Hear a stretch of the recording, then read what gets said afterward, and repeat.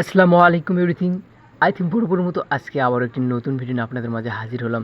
ইতিমধ্যে জেনে গেছেন যে ডগস মাইনিং প্রজেক্ট কিন্তু অলরেডি আপনাদের মাঝে পেমেন্ট করেছে।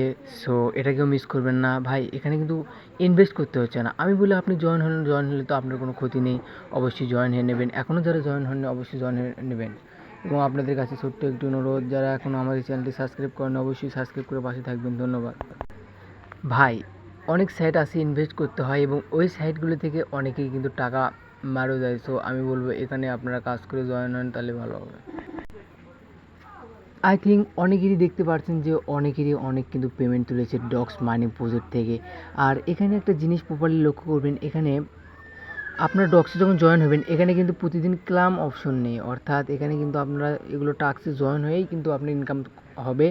এবং যখন এটা কি লিস্ট হবে তখন কিন্তু আপনার রিসেন্টলি এখান থেকে টাকাটি একবারে ওয়ালেটে আপনারা পেয়ে যাবেন। সো ভাই, এখানে আপনারা জয়েন হয়ে নেবেন মূল কথা। এবং যখন এটা লিস্ট হবে তখন কিন্তু আপনি ওয়ালেটে আপনার কিন্তু ব্যালেন্স চলে আসবে। আর আপনার অনেক ইনভেস্ট সাইটে কিন্তু অনেক টাকা কিন্তু লস খেয়েছেন।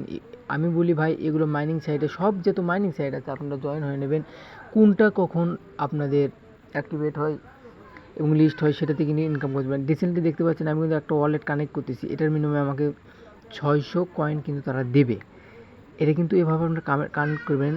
Confirm the transaction in wallet, এটা কানেক্ট করার পরে দেখতে পাচ্ছেন রিসেন্টলি ওখানে কিন্তু আমার 600 যোগ হয়ে গেছে। এভাবে আপনারা সব টাস্ক কমপ্লিট করবেন, তাহলে কিন্তু এরকম মানে এখানে আপনার 1150 ক্যাটস রয়েছে, এভাবে কিন্তু আপনাদের এখানে পয়েন্টটি যোগ হবে।